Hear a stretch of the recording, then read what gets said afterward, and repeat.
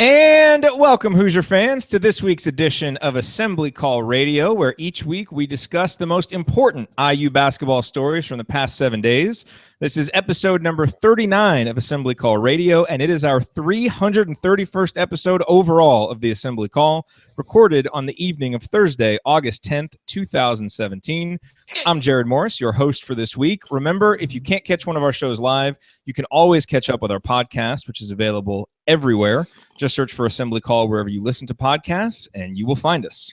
All righty, well, let's begin how we begin every show, and that is with our Hoosier Proud banner moment. And the banner moment this week came, I believe it was earlier on Thursday, when Freddie McSwain tweeted, "Juwan Morgan is my gunner." LOL, in reference to Mocan Basketball's tweet. Alum Juwan Morgan had several impressive performances at Adidas Nations, averaging 10 and 7 while shooting over 60% from three. Now, look, it was a small sample size, but in 3 games, Juwan went 3 for 6, 2 for 2, and 3 for 5 from downtown, a total of 8 for 13, which is pretty good.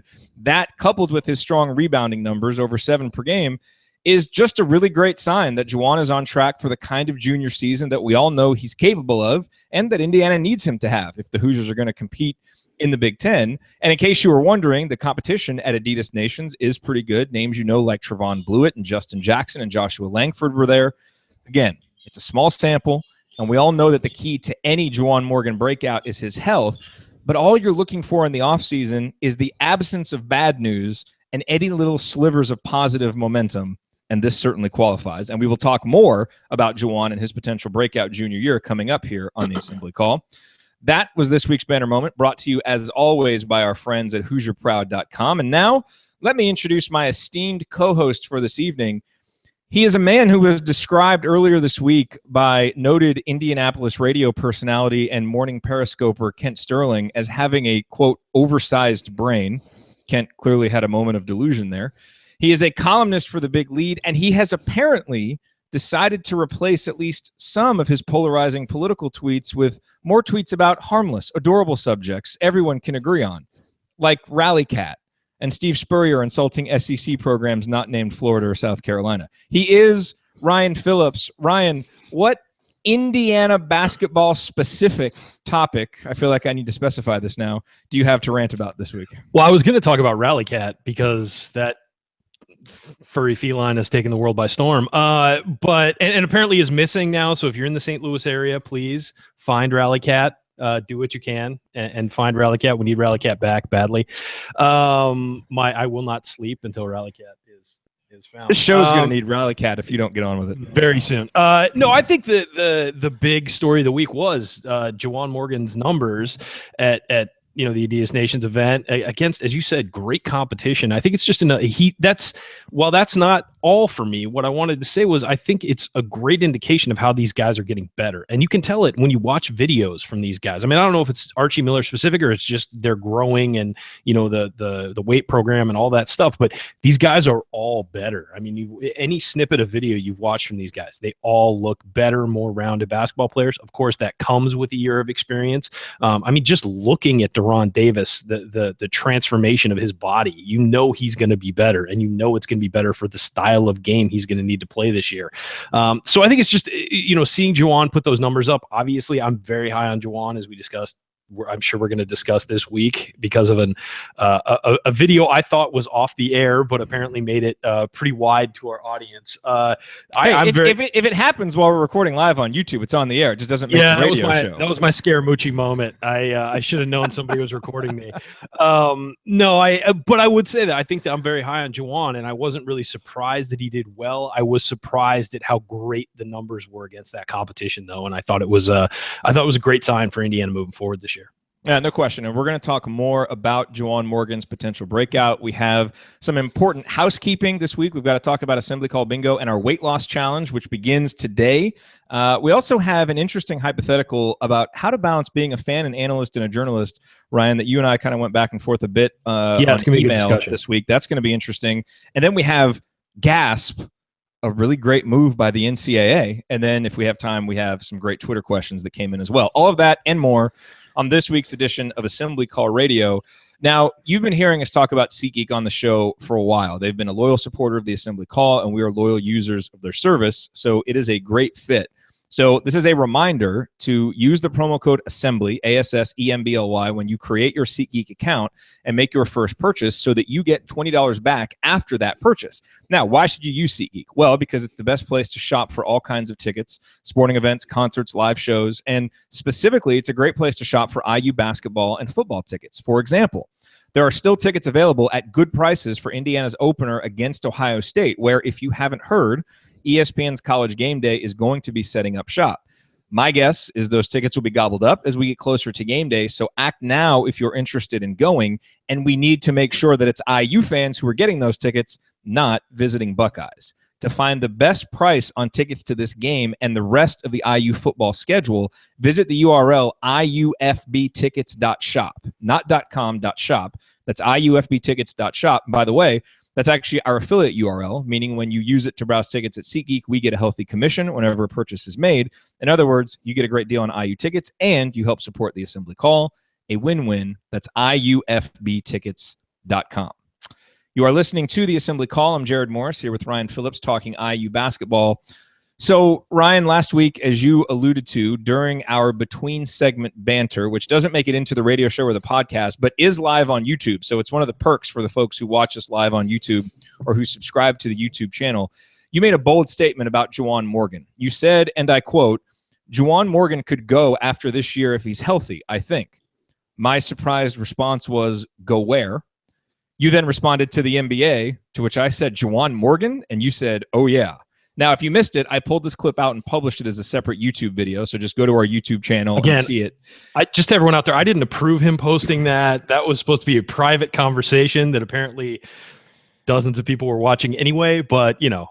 If it's live on YouTube, it's fair game. Assemblycall.com/YouTube is our YouTube channel. Words to live by right there. But here's the thing. To my surprise, a lot of people have agreed with you on this. And look, I hope it comes true. It would be incredible for Juwan and would likely mean really good things for Indiana's 2017-18 season. But I can't personally say I'm ready to state with any level of confidence that Juwan leaving early for the NBA is anything more than a pleasant pipe dream at this point. But Ryan, I would like to give you the floor to make your point publicly. This will be on the radio show. Everyone will hear it on the podcast.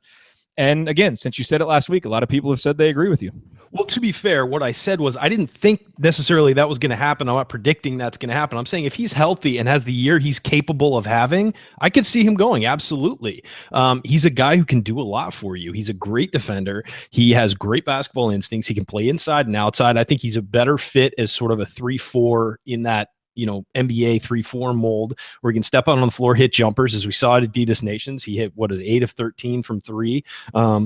His numbers were fantastic. He's a rebounder. He's tall, long, has athleticism. Those kind of guys are in vogue in the NBA right now. You look at OG Anunoby, a guy who was certainly defense first, certainly more athletic than Juwan and had a higher ceiling than Juwan, but it's the same type of guy. And he tore his ACL, missed a huge stretch of the season, and still went in the first round of the NBA draft. I mean, that you have to understand what we're dealing with now in the NBA. Guys who can play multiple positions, can hit jump shots, can rebound, can play defense are becoming more highly valued, especially with the emergence of a guy like Kawhi Leonard, with Draymond Green doing so well. They're always looking for that next guy who's versatile and sort of a multi-level player. And that's what Juwan Morgan is. And if he has a year he's capable of, people forget before last year, people inside the program and around the Big Ten were talking about Juwan as a potential all Big Ten guy. Don Fisher's exact words were he could be one of the special players to play at Indiana University. Exactly. And those were people who were watching him day in, day out, broadcasters who would come through and watch the team practice and things like that. John Crispin, yeah, he said he loved his potential. You have to understand, without injuries, Juwan Morgan is a guy who was supposed to break out last year. Again, partially because of injuries, partially because, the team was just so down last year. He didn't have the year he was supposed to have. And so, I think that he's certainly a guy who could explode to that next level. Again, I'm not predicting that's going to happen. I'm saying with a good year, and that's what I said on the video too. If you remember, I'm not couching it now. I said that at the time, that with a good year and with the explosion that we expected last year, maybe coming this year, and the improvement, I think that he's certainly going to be a candidate to go forward. Maybe he doesn't. Maybe he decides to come back, but he's certainly a candidate. So it's premature to start the 3-year plan hashtag. Then, yes, absolutely, it is. So I'm not stating that boldly. A couple other notes on Juwan. One is, I think, tell me if you agree, he's more athletic than he looks and that he gets credit for when he's healthy. Like there are some times, some blocks that he made. I think we all remember he had some plays in the first half of that Rutgers game where it was like, whoa, okay, Juwan's healthy. And then he got hurt in the second half of that game. And it's easy to forget how good of an athlete he can be when he's healthy. And then that obviously, again, is going to be the key, is him staying healthy. But I also think, you go back and look at his numbers from last year, and I think they're better than maybe we remember. We saw him go 5 for 11 from three-point range as a freshman, and OG shot really well from three-point range as a freshman, and we're thinking, man, both these guys, they can shoot threes.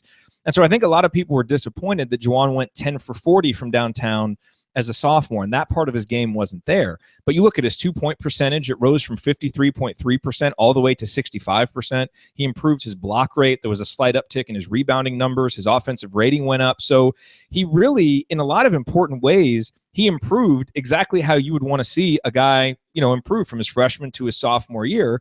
And again, it comes back to health with him. And I will say, after digging into the numbers, looking a little bit and remembering what we were saying about him before last year, I'm buying a little bit more of what you were selling last week. Wow, that's a bold admission right there. Do we have that on the bingo card? Jared agreeing with Ryan, giving him credit? I don't think that depends on the bingo card, I guess. But no, I would say that one thing about him, and I mentioned this with Race Thompson as well, I think there's more athleticism there that he hadn't unlocked yet, and it's the kind of thing where when guys just have to learn how to use those muscles and how to use them without thinking. And you see it sometimes when guys get a wide open dunk, they'll jump and it'd be much higher than they jump normally. That's not always there. It is always there. They just don't instinctively use it. And I think that's certainly an issue with Juwan, and hopefully the new, strength program is helping to unlock that. We saw it with a guy like Thomas Bryant. I mean, I mentioned that a lot, but he got much more athletic as his time at Indiana went on. So what would you say, last point about Juwan, what do you think is the most important thing for him to show people at the next level? Is it he needs to improve his three-point shooting? Does he need to take his defense up to the next level? Does he need to be able to create more offense individually? Like, what's the biggest thing? He needs to play a whole season without going down with an injury. Well, that too. But beyond that, we know that. I think it's going to be improved ball handling, because he's probably going to have to play a 3 at the next level. So it's going to be improved ball handling and an ability to create on offense, not necessarily be a go-to creator off the wing like a Victor Oladipo kind of guy that we saw at Indiana, but a guy who can create his own shot and get into some open opportunities. If he can be a 3-and-D man, though, and show lockdown defense and an increased 3-point percentage, I think that could be a benefit as well. You'd like to see him create a little off the drive, though, and off the bounce, and that's something we really haven't seen so far. Yep. All righty. Well, coming up on the Assembly Call, some important housekeeping notes about our Healthy Hoosiers Weight Loss Challenge and the fun new sensation that is sweeping through Hoosier Nation. That is coming up on the Assembly Call. Stick with us.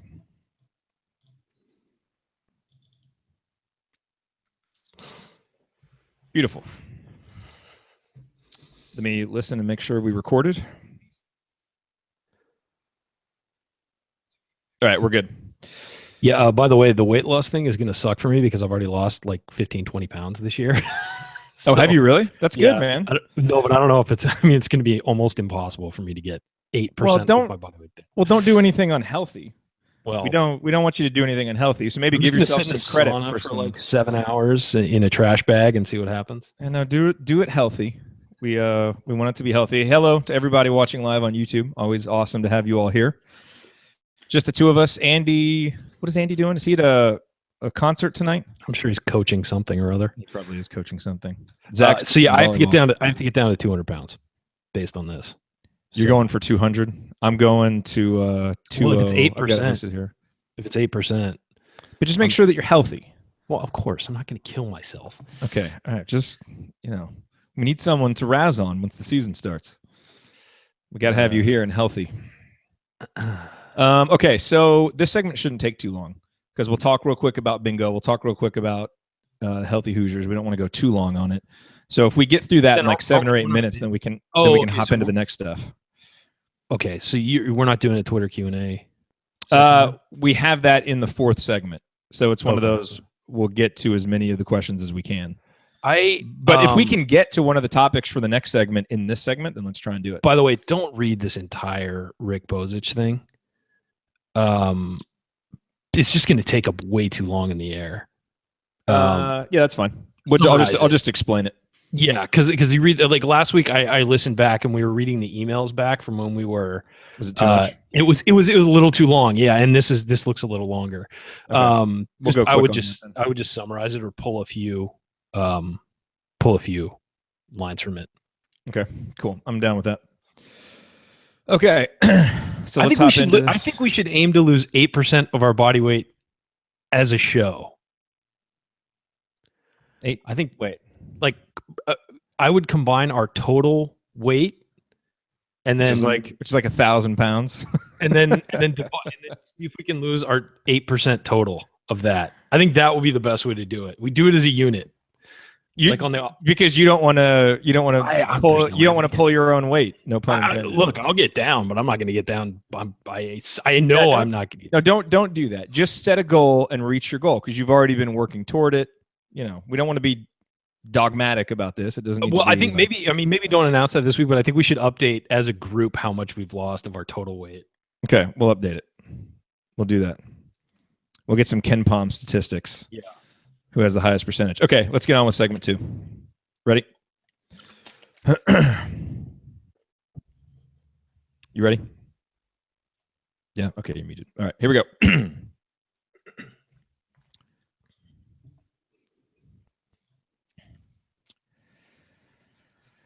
You are listening to the Assembly Call. I'm Jared Morris, talking IU basketball with my co-host on the Assembly Call IU postgame show, Ryan Phillips. So, Ryan, we have a couple of important housekeeping notes that we want to handle in this segment. And I want to start, last week I kind of made an offhanded comment. I don't remember if you said something or I said something, but I made an offhanded comment that, if you have your Assembly Call bingo cards, you can check off that box. And actually, and a couple people mentioned it on Twitter, and it got me thinking, it'd be kind of fun to actually do some Assembly Call bingo. We've been around now for 6 years. This will be our 7th year. We've got kind of some inside jokes and some different things that people kind of wait for and will razz us for on Twitter when we say them, like me comparing apparently every guard that Tom Crean recruited to Greg Graham. And so with a few minutes of free time, I actually went in and found a cool service that will create these bingo cards for us and randomize them when you put in a whole bunch of different things that we might say. So if you are interested in participating along with us on the show, go to assemblycall.com/bingo. You will get the link to where you can get your randomized bingo card and the rules. And basically what we're going to do is the first person who gets a bingo, and it's got to be all during one show, let us know. We're going to get you a shirt from HoosierProud.com, and we'll kind of see how this works. If there's like 6 people getting bingos every show, we might need to change it up a little bit. But it's just kind of, I think, a fun, interactive way to get you, the audience, involved more in the show and to be able to call us out when we, go back to the same memes over and over again, like I did earlier, referencing your Noah Vonleh 2-year plan. So your thoughts on Assembly Call bingo? I actually thought that Alex Bozich had the greatest line when he said that the square for someone makes a joke at Ryan's expense should be the free square in the middle. Probably should be, quite frankly, the way this show has gone. I don't know. I mean, you guys are just jealous because I'm the fan favorite. I mean, let's face it. I mean, every poll we do, every time we do one, it's me. I'm pretty sure my wife doesn't even listen to the show unless you're on it. So see there, she's laughing. She's laughing over there. I can't help it. Hi, Heather. Ryan says hi. I can't help it. I'm just that charming. No, I think it's a great idea, by the way. I think it's fun. And if you guys, if you're missing bingo by 1 square, let us know what it was. And you can get mad at us and have a back and forth. But I think it's awesome. And I hope you guys have fun playing it. And again, if you go to the link where you get the bingo card, it'll randomize. So, let's say Reload. So, it'll be interesting to see the strategy that goes into this, right? Like tonight, obviously it's just us on the show. So you would not want a bingo card that includes the inside jokes about Andy. There's stuff on there, of course. But even if you have that, you can get a row that has no Andy in it. Exactly. If you randomize it correctly. So exactly. The other thing that will be interesting is if someone is 1 square away, will they try to bait us into saying something by putting it in the chat or sending us a tweet? I'll be really interested to see the kind of in-game strategy that occurs here as we're going through these shows. So I'm looking forward to it. It'll be fun. Look, guys, there's a free T-shirt on the line. This is a big deal. This is huge. This is huge. So assemblycall.com/bingo, just a fun thing that we'll certainly do in the off season. If you guys like it, we'll keep doing it all the way through the season. Now let's go with our next. Unfortunately, by the way, we are not eligible to play, so we can't cheat on behalf of ourselves. No, yeah, we are not eligible for a free T-shirt, unfortunately. That would not work. Okay, so our next bit of housekeeping, we've alluded to this. We've talked about it on Twitter. It is officially starting tonight. And that is the hashtag Healthy Hoosiers off-season weight loss challenge. Now, this was inspired by Deron Davis dropping 8% of his body weight this offseason. Of course, the close work that he did with Cliff Marshall.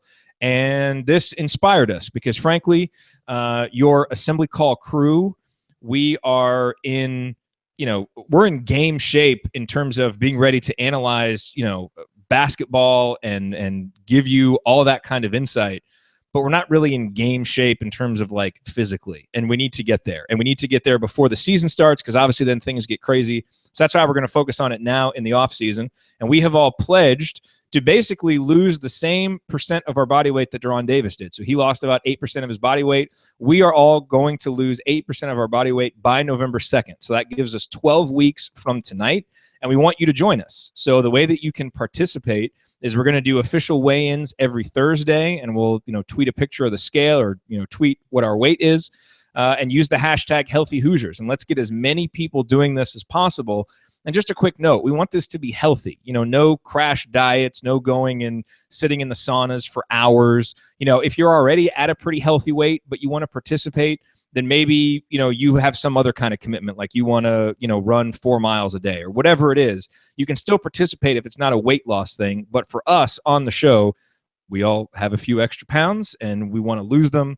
And so that's what we're going to do. And obviously, it's a fun little tie-in with Deron Davis. So it starts tonight, 12 weeks. Let's use Twitter to encourage each other, to hold each other accountable, and I think this will be fun. Ryan, your thoughts on this before I read off the official weights that we are starting at? Well, I think I'm at a bit of a disadvantage because I opened the year not knowing we were going to do this, and I've lost like 15 to 20 pounds at the beginning of the year. So I opened the year not knowing we were going to do this, and I've gained 15 to 20 pounds. So I put myself in a great position. I drank a bunch of water before I weighed myself today just to help, I think. Give myself a little cheat up. Probably 2 liters, and I've got another one here. But yeah, luckily I live in a warm climate, so I'll be able to sweat off more on a daily basis, I think, than the other guys. Well, no, you're in Texas, so yes. I don't know. Yes. But yeah,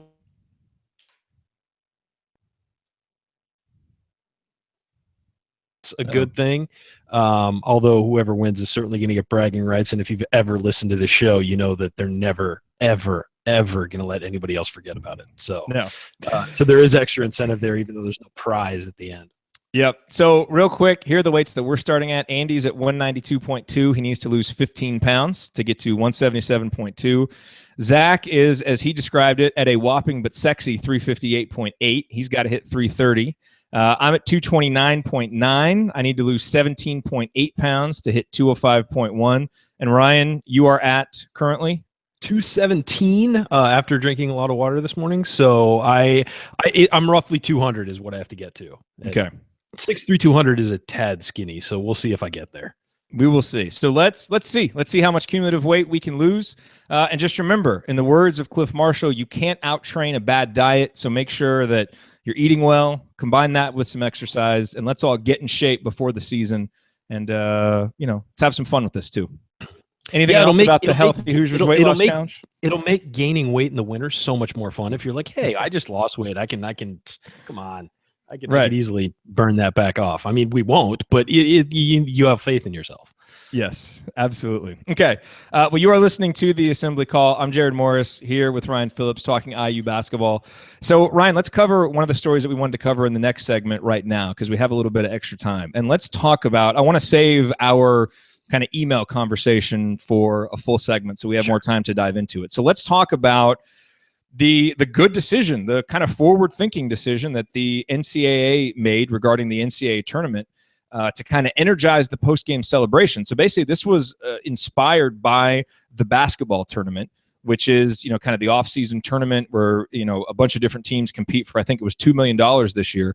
And after games, they have someone from the team go and write the team name in, the next line in the bracket. It's kind of a cool, little tradition and something that happens after every game. This is going to start happening now for the NCAA tournament. So basically, in between visits to the handshake line and the post-game news conference, players are going to huddle up. There's going to be a large reproduction of the tournament bracket, and then there will be a designated player that goes and places a sticker or a card representing his team. Sharpie. Or a Sharpie. And advancing them on to the next stage of the bracket, which is kind of this small little silly thing, but I think it's awesome. I think this is an absolutely great idea.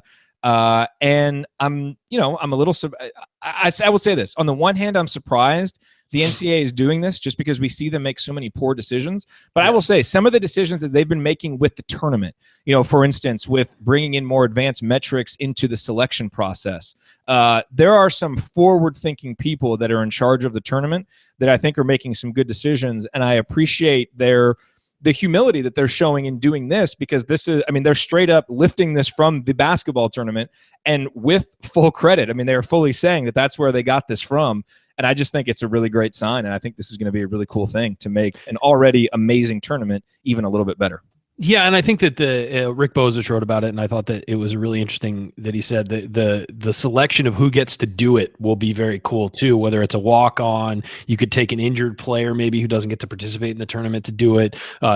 Could be a coach, an assistant coach, or it could be the star of the game. Whoever's, it'll be interesting to see, we'll all speculate on who's going to get to do it during the game. It's like the podium game thing. And so that is very cool that, you could get to see a walk-on who may never play, get to do something like that, something special. And then of course to get to see it, the guy who does it for the championship team would be awesome as well. Who they pick and all that. So, stuff like that. Really cool. Will be great to see small school teams who get upsets, the smaller, the underdog teams who get upsets figured out and all that stuff. So I think it's a great idea, and I think it's awesome that they're doing it. Yeah, no, and it's just like I said. It's nice to see the NCAA kind of taking a forward-looking view with the NCAA tournament, not kind of resting on its laurels, because it's such a great event. But there's still room for improvement with it, and it's great to see them continuing to improve it. Alrighty, let's move forward here. Coming up on the assembly call, we are going to talk about the conversation, Ryan, that you and I had via email. How do you balance being a journalist and a fan? Let's get into that. Coming up next.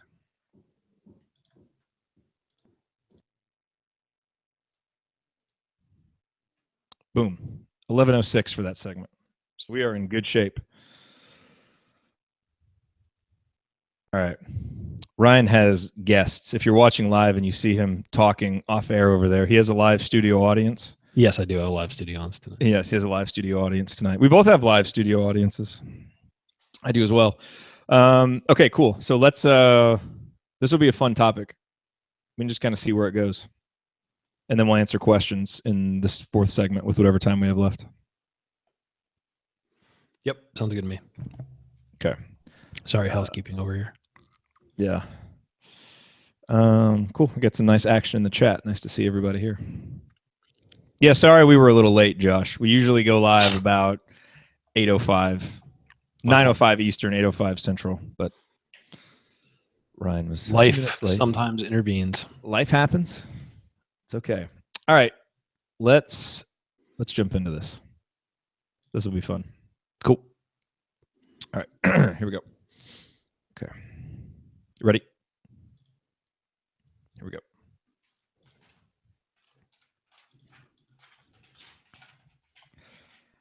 You are listening to the Assembly Call. Go to assemblycall.com/join to activate your free membership. You will get our weekly 6-banner Sunday news roundup delivered right to your inbox every Sunday morning so that you can stay up to date with your Hoosiers during the offseason. And even once the season begins, the URL is assemblycall.com/join. I am Jared Morris, talking IU basketball with my co-host on the Assembly Call, Ryan Phillips. And Ryan, you and I got into a discussion on email this week, and we decided that we wanted to bring it here to the airwaves.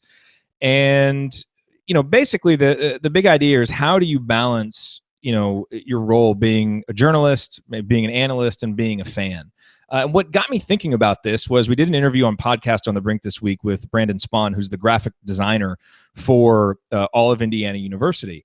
And, I started, for some reason, at the end of it, I was just thinking like, just hypothetically, like, let's say that he, mentioned something on the show, didn't realize it, a slip of the tongue or whatever, and it was some kind of NCAA violation, like a serious NCAA violation, right? Would we publish that episode? Like, what would I do with that or with that knowledge?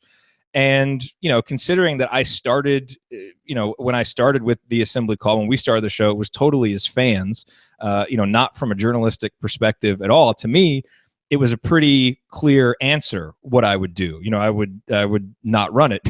And it got me thinking about maybe, something more serious. Like if someone came to me with knowledge of some really serious impropriety within the program, not something that was amoral. Like if it was, something immoral, I would certainly report that and, not want that to happen. But if it was just, maybe something unethical just in terms of NCAA rules, what would I do with that information? That's when I emailed you, because I was curious from your perspective, someone with a journalistic background, and that is what your career is. That's not necessarily what my career is. I wonder if we would view that in a different way. And I also kind of wonder, our listeners, our Assembly Call listeners, what would they expect me or us to do with that information? Since we are kind of a fan show, would they expect us to put the team first? Or would they expect us to give them as much information as we have, which is what you typically expect of a journalist?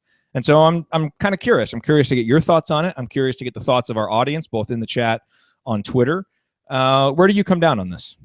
Well, as a journalist, I have to be a journalist first and a fan second. And so I would say that in any case where I found out, and this is, and the speculation we're putting this in here is, it's not speculation. You have hard proof or evidence of an NCAA, a major violation. We're not talking, something small. We're talking a major NCAA violation. You have knowledge of it, and I would have to report. And you have reason to believe it might not come out if you don't say anything. Yes, and well, even then, I think that even if you think it's going to come out eventually, I think if you know something, it's your responsibility to report it. And as a journalist, that would be my instinct, and not to get a scoop or anything like that, but because where's my integrity if I don't report it? Because my question would then be, would you report it if it was Kentucky or a rival? Would you report it if it was Purdue? And the answer, I think, for all of us would be yes, of course, because we don't want them getting an unfair advantage. And if that's the answer, then you can't be dishonest. You have to report it when it's your team too. And I would say even here at Assembly Call and in you guys, we have a responsibility. Our responsibility is not to IU. Our responsibility is not to the Hoosiers. Our responsibility is to our audience. And we, regardless of how we started this, and we started it as fans just having fun, we now have an audience, and we have built up an audience, and these people look to us to be honest with them. And you have to be honest with your audience at all times. And if you know something that is major for a fact, withholding that from your audience is, I think, not the right way to go about things. I mean, I think that the audience would say, look, we want your guys' honest opinions. They tune in to listen to our opinions. They tune in to listen to our takes. And I think that it is our job to be honest with them. And so I think that, they're fans, and obviously I'm sure they don't want to hear about violations and things like that associated with their team. But at the same time, they expect honesty from us, and they expect us to be forthright with them. And I think that we have a responsibility to our audience to do that. Let's be clear. There's no subtext here. We're not passive aggressive. Like there's nothing that based this on. It was just kind of a, just a thought that I had, and that's why we're talking this out. So it's interesting. You talk about the responsibility to the audience, and I wonder, so you don't view the big lead any different from the Assembly Call when it comes to this? Because I agree, we have a responsibility to the audience first, but we've all, this show, we've always been a fan show. We've never, it's not like we try to have some level of objectivity. We know we're rooting for Indiana. Now we try to be as objective as we can analyzing the team, but there's no question we support the team. We want the team to do well. So couldn't you also argue that, we do have an allegiance to the team, And you might be able to say that our responsibility to our audience would be to do what's in the best interest of Indiana basketball. And again, if it's something immoral, that's totally different. But if it's just a violation of an NCAA rule that maybe we don't even agree with, then would that be, at that point, wouldn't it really be almost more, the only reason really to report that would be to break the news, right? I mean, what would really be the benefit to our audience and to the ultimate goals of this show in particular to break that? I get what you're doing at the Big Lead. That's different. But I see a difference between what we do and what a site like the Big Lead is doing. I would agree with you that it's different in some ways, but the fact that it would be happening to the team that we cover here and to the team that we discussed, and I do not think you can look at it as we have a responsibility to Indiana or the team. They're not paying us. This isn't, we're not responsible for them and they're not responsible for us. Yeah, but without them, we have nothing to discuss. I mean, so we are fans of that program. We are fans of that program, and we want to see it do well. I think we're very open about that. But at the same time, I think our bigger responsibility now is to the audience, and the audience deserves the truth, whether it's a hard truth they don't want to hear or it's something, great. They deserve to hear what's really going on. And if we know that something wrong is going on, and I don't care if it's an NCAA violation you don't agree with, if you're breaking the rules, you're breaking the rules. And I don't care if it's you think kids should be getting paid or whatever, because morality shifts on that stuff, But if let's say you think athletes should be paid, college athletes should be paid, and and you have documentation and you have facts that a player on Indiana or another school that you're a fan of is getting paid, and you're hosting a show about that school and you don't report it, you're complicit in the violation, and you're complicit in the growing nature of that program getting dirtier. Because if one kid's getting paid, then they get away with it, they'll pay another kid and they'll pay another kid, and it'll get out of control, and you have an Ole Miss situation. Okay, so is the first thing that you would do then would be just to go live, or would you try, because like you just said, I mean, if your goal is to stop the erosion of the program, then would you try and handle it through back channels and say, look, I know X is going on, I feel like I have a responsibility to report it, but if you can guarantee or say that you're going to fix this, we're big supporters of the program, we don't want to blow the whole thing open, so we want to give you this opportunity to correct it before we say anything. I wouldn't do that. I would contact the program, let them know I knew what was going on, and ask if they had a comment on it or what they planned to do about it, and then I would go and report not only what I knew but what the program told me. And then, it will be handled with the NCAA after that. I would give them a chance to respond, certainly. But it's not my responsibility to do their housekeeping and to baby them. If it's an outside agent paying a player, yeah, maybe I make them aware, but I'm still going to talk about it. I'm still going to go public with it. But at the same time, like I said, I love Indiana. I love Indiana basketball. I don't want to see anything bad happen to it. But if there's violations going on and they're aware of them, there's already something bad going on with it. That is bad. And that is already, legitimately a problem with the program. And I don't want to I don't want to win like that. And I don't want the program to exist like that. That's who I am as a fan. I don't like that kind of stuff. And I don't, I realize there's a lot of, well, everybody does it kind of stuff these days. But I look at Indiana as different from Kentucky or Louisville, or a program that has been in the dirt before, UNC. I don't want my program, dealing with that kind of stuff. And so, yeah, I would certainly report it, and I would certainly hope that you guys would support that. I think that, I realize it's a different perspective, being that I'm a journalist and that's how I was brought up. And my first thing is, hey, news first, fandom second. I'm certainly a diehard fan, but when it comes to something like that, I have a responsibility, I think, in my job to report it. And I think that our responsibility here is to be honest with our audience, what we know at all times. You're listening to the Assembly Column. Jared Morris here, talking IU basketball with Ryan Phillips. It's interesting. I see your perspective, and I can definitely see why you would report it on the Big Lead. I'd be interested to know what our audience would want us to do. Because I think part of my hesitation to look, I feel like I would try and go more the back channel route, especially in the beginning. In part because I don't know that I trust the punishment to fit the crime.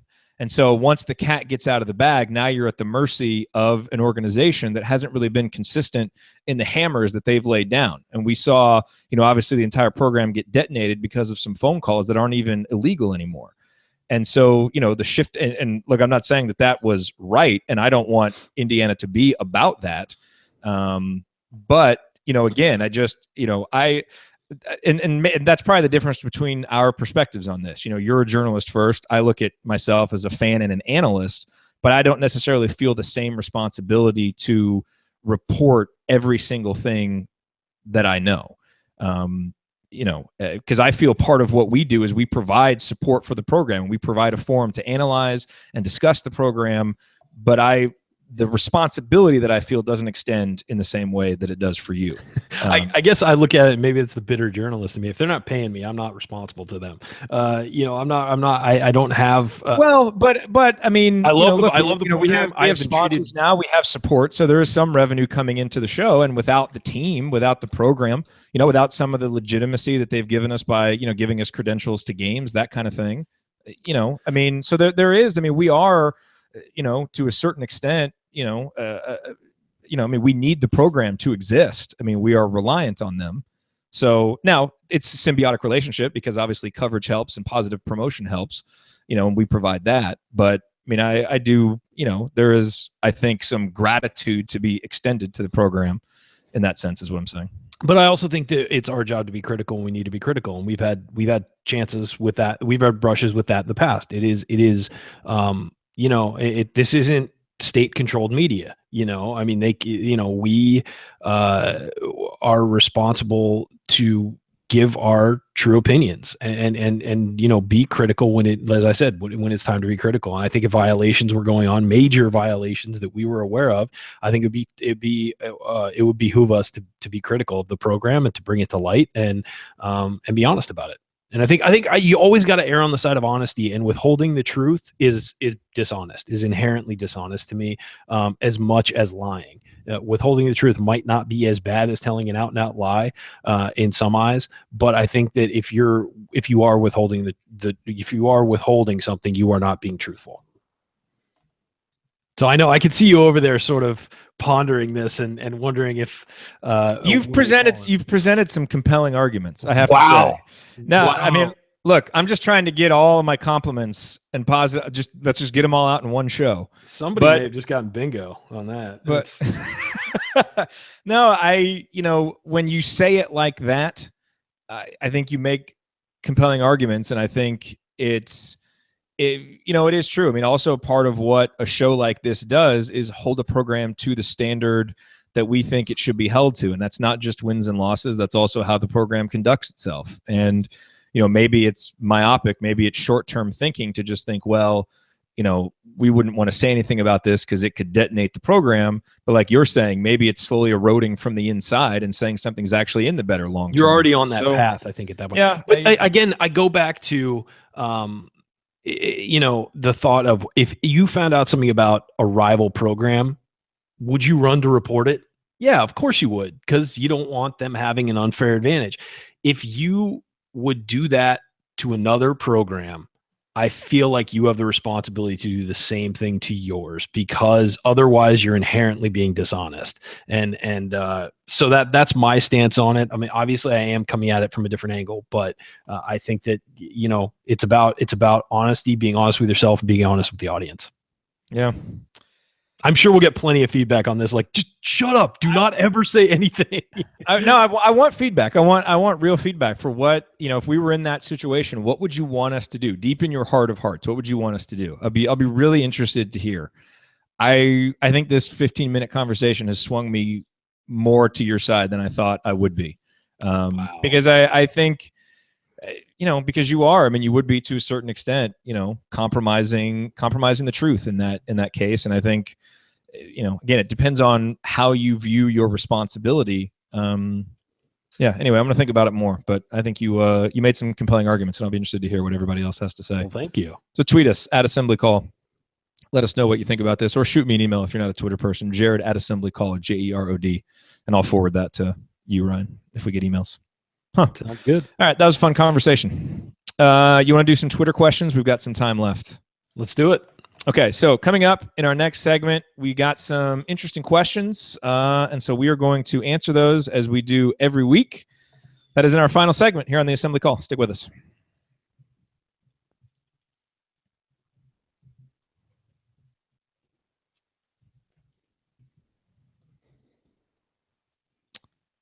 Okay, very nice. That was a well presented argument, Ryan.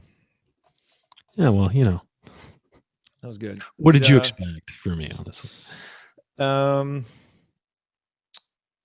Let's see. Oh, we got 8 minutes about NCAA violations and no blue chips reference. Damn it. People, bingo. I'm telling you, man. Need a dig on Louisville for a bingo square. Did we dig on Louisville? I did. I said Kentucky or Louisville, apparently, when I was listing programs that had been in the mud before. Yep. Okay. So wait, did Brian get bingo? I think he might have got, he said boom. Do we count that as a bingo? I don't know. He have to yell bingo and he has to show a proof of it on. I mean, look, it would be, if Brian is the first person to get bingo, that would be fitting. It would be justice. Yeah. That would be fitting. Okay. So we've got about 10 minutes left, so we can actually dig into some of these questions a little bit. Have you looked at them yet? A few of them. Okay. We were on the air while I was looking at it. So. Oh, nice. Okay. Let's just hop in and do this. You ready? Yep. Okay. We've got, I need to write down the time that we have here. We've got 9 minutes and 25 seconds left. So we can go at 8:49. We got to be out.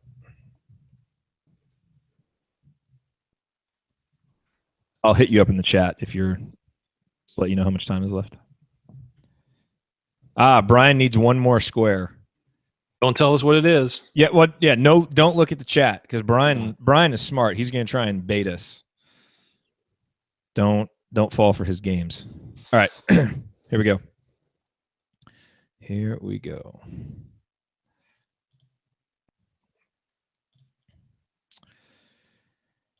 You are listening to the Assembly Call. I'm Jared Morris here with Ryan Phillips talking IU basketball, wrapping up another week of Assembly Call conversation. And Ryan, we got another round of Twitter questions.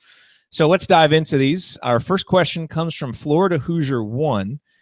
And he says, is Archie good enough to move Demezi from small forward to shooting guard? He's talking about Demezi Anderson, one of Indiana's commits.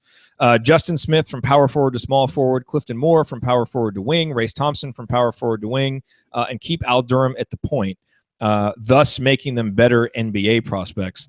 My first reaction to reading this is that I really feel like in basketball anymore, it's not about point guard, shooting guard, power forward, center, small forward. It's much more about ball handlers, wings, and posts. And when you look at it from that perspective, the difference between a small forward and a shooting guard, there isn't that big of a difference. Obviously, I think of all of those, taking Clifton Moore, a 6'10", 6'11" guy, he's a guy who's going to play out facing the basket, not a back to the basket guy like Deron Davis. But you're not necessarily, so I think that would be the one that would be the most interesting, but I think that's what everybody's expecting from him already. And so I think Archie is a guy who is forward thinking very much with the times. So I don't think he views basketball players within rigid positions. So I guess the answer would be yes. I think he's plenty good enough to allow these guys positions to be malleable, which is what they need to be able to do in the NBA. Yeah. Moving, just not to rip on you, Florida Hoosier 1, but that question is so 2010. We don't have positions in basketball anymore. Don't you know that? It's positionless. Everyone's going positionless. No, I think, Jared, you're right about the ball handlers and wings and posts. And it really is, that is what it, and a lot of the posts can move out on the perimeter and shoot threes now. So really it's just about making those guys more versatile. I think that's really what the question is. And it's not about specific positions, but it's about making them more versatile. And I think you can get to a spot where you have your guard, small forward, power forward are kind of interchangeable. Then with a guy like Demezi or something like that, he could play all three. If you can get, Justin Smith to that position as well, then yes, that is what you want to do. And I think that Archie is that guy because I think he wants his guys to be versatile. I think this year you're going to have a smaller backcourt, but I think that eventually everybody's shifting to have sort of like a 6'5" guy as your, I guess what you would call your shooting guard, but he can also move to the wing and, play small forward. and I think that, that is sort of where the game is moving. And I think we'll see that. And I think Archie's going to embrace that. It seems like he really prizes versatility. And that might be because he typically had smaller teams at Dayton, but, we'll see how it plays out with Indiana, obviously. But I think he's a guy who certainly is forward thinking and pushes that positionless thing where everybody can kind of interact. And then it makes it easier defensively because you can switch everything, which makes life so much easier, especially for the guards. No doubt about it. All right, Jake, Big Ten question. What are your guys' projected standings for the upcoming year and first-team Big Ten players? Sadly, I would assume Michigan State dominates. Yes. So Michigan State is the prohibitive favorite.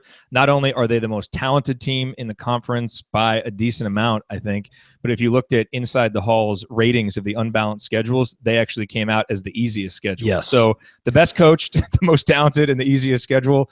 Michigan State is pretty much, they, to me, feel like about as much of a slam dunk Big Ten champion as Wisconsin was a few years ago when they also had the easiest schedule and were by far the best team.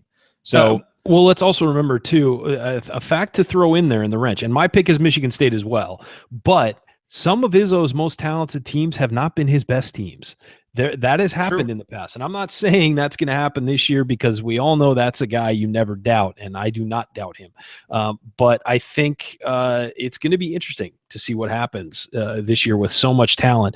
The thought is, and most of the kids that are there, the thought is that they really do buy into the team concept. They all know they're going to the NBA. They're not about showboating. They're not about showing off. They're about just doing work. And so that is why everybody is so high on Michigan State. But let's remember, in the past, his super talented teams haven't necessarily been his best. Yeah, and then, when I look at the rest of the conference, I really think that Minnesota and Purdue, to me, looking at it preseason, are the next two teams. And then I look at, Northwestern, Maryland, Indiana, Michigan, Wisconsin, Iowa, even throw Penn State in there. I see those teams as kind of being in that next group, and really anyone could emerge there. So that's kind of how I see it. My first team All Big Ten predictions at this point would be Miles Bridges, Ethan Happ, Nate Mason, Vincent Edwards. And then in maybe the surprise, I'm going with Robert Johnson because I think he has an all Big Ten level season. I just think from a usage perspective, from an experience perspective, I think he's going to really step it up and have a big year. And I think if he does that and Indiana plays well, then he's got a chance to get on that first team all Big Ten team. What do you think, outside of Michigan State, who do you like, and what's your first team all Big Ten prediction? Yeah, I think it's Michigan State. I like Minnesota, but I also feel like that's a team primed to regress a little bit, same as Northwestern. But I think we are exactly in the same boat as far as groupings go. I say Michigan State, then I say that Minnesota, Purdue are probably in that second tier, with Northwestern, Maryland, Indiana, sort of all, fighting to be the third team in that second tier.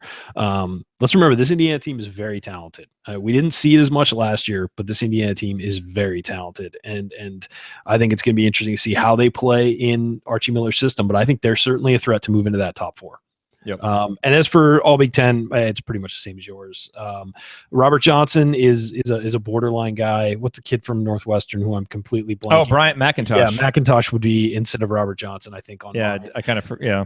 But do you want to say the Wisconsin guy and give people a bingo square?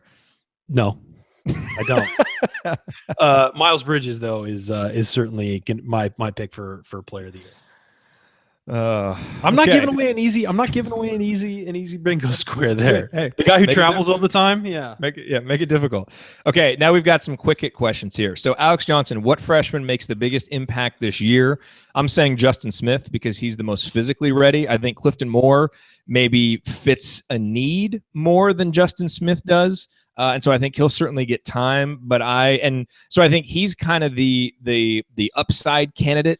But I think Justin Smith is the safe choice. And with freshmen, you kind of want to go safe because there tends to be a long adjustment period for them. Yeah, Justin Smith, my pick too. He is the most physically ready, as you wrote on our little pre-show write-up. I think that he's the most physically ready, and I think that he could step in and contribute right away, whereas some of the other guys are going to need some time, or the depth chart just doesn't play out in their direction.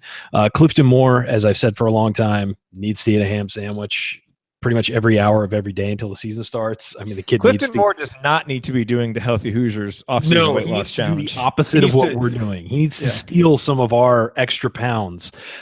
So I think that is a guy who needs to put on weight, and maybe when he does, he can play. But we might see him more in the preseason than we do in the Big Ten season once it gets down to the nitty-gritty. All right. Jeff asks, what is the ceiling and floor for the 2017-18 IU squad? To me, the ceiling is a top 5 finish in the Big Ten NCAA tournament and making the Sweet 16. I think the floor is, 9th or 10th in the Big Ten. Maybe there's some injuries, guys don't gel, struggle with Archie's system. So I think that's the floor, but I definitely think that this team has a ceiling of making it to the second weekend of the NCAA tournament. What do you say? I would say top 4 finish in the Big Ten is the ceiling. I don't know about the tournament. I mean, that's, we know my feelings on the tournament being a gigantic crapshoot. So I would say just top 4 in the Big Ten. And then the floor, I would put them as a bubble team that maybe one of the top teams to make the NIT or one of the low end teams to make the tournament would be my pick for the. So your floor is a little bit higher than what I said. Yeah, I think that Archie will figure it out and find a way to get this team in the NCAA tournament. I really do, or at least be on the bubble. Real quick, we have 10 seconds. Who is the one recruit from the Crean area we missed out on that you would have most liked to have gotten? Someone we legitimately recruited hard. I'll just take this. Actually, Ryan, do you have one real quick? Super quick? No, it's the same as yours. I'm going Gary Harris because he would have been the missing piece on the 2013 team. That would have been awesome. All right, that'll do it for us on this week's edition of the Assembly Call. If you want to see us do the show live and be part of the live chat, join us at assemblycall.com on Thursday nights for the live simulcast of our Assembly Call radio recording, or you can always subscribe to our podcast by searching for Assembly Call wherever you listen to podcasts. And don't forget to go to assemblycall.com/join to activate your free Assembly Call membership.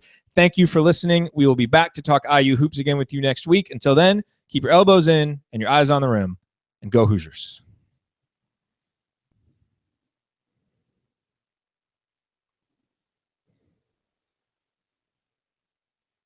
Excellent. All right. Let me. Did anybody get it? I think I just lost a fan in Chad. Uh-oh. Why? Because I didn't say Hap's name. Was someone waiting for Hap to get a bingo? I think let's see. As Brian said, Hap traveling was only referred to, not mentioned. It was inferred, not mentioned. Do we need a we're gonna end up having to make like some pretty serious rules here? For this. Yeah. That was awesome. It's awesome seeing so many people in the chat. That's kind of what I'm hoping bingo does, is just hopefully liven up the live experience. So thanks for everybody who played. Yeah, I think Andy and I have to not look at the chat because, I know you monitor it, but I think Andy and I have to not look at it because it might sway us into saying certain things. Yeah. So those of you who played, if you have thoughts on how we can make it better, holes in the rules or whatever that we need to add just to clarify things, let us know. Let's have some fun with this and keep it going. I think it'll be pretty cool. All right. I got to get out of here. Cool. Thanks for joining us live, everybody. We will talk to you next week. All right. I'll see you, Jared.